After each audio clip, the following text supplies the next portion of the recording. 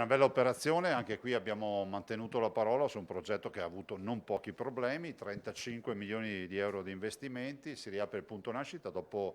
più di un anno perché era stato chiuso il 27 marzo 2020, ma anche la volontà di dire che si dà una risposta. Da un lato i cittadini con questi 104 posti letto del nuovo ospedale, dall'altro, e quindi la stabilità, la tranquillità di non doversi fare oltre 30 km per scendere a valle, dall'altro è i turisti sanno che è un presidio ospedaliero di altissima qualità. Così il governatore del Veneto Luca Zaia all'inaugurazione del nuovo ospedale di Asiago con riapertura del punto nascite chiuso per un anno causa pandemia. Un presidio sanitario importante per il territorio montano, per chi vive in altopiano e per i tanti turisti che ogni anno raggiungono l'altopiano.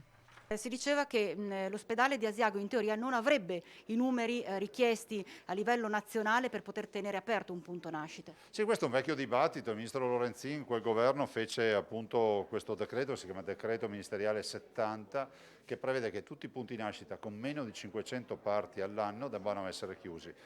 Io ho fatto questa scelta in quegli anni, qualche anno fa, 3 o 4 anni fa, non ricordo quando fosse, di tenerli aperti. Ne abbiamo viste di tutti i colori perché abbiamo vissuto il fallimento delle società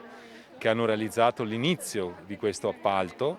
e abbiamo visto un rallentamento importante anche dei lavori, però devo dire che questo è per noi un traguardo fondamentale, non solo un traguardo ma una ripartenza, perché oggi inauguriamo una struttura straordinaria che è frutto sia di una sollecitazione che è provenuta dal nostro territorio verso la Regione, ma deve anche essere in grado di attrarre medici, perché senza personale sanitario non riusciremo a garantire quei servizi fondamentali che tutta la nostra popolazione, i molti turisti che frequentano il nostro altopiano richiedono.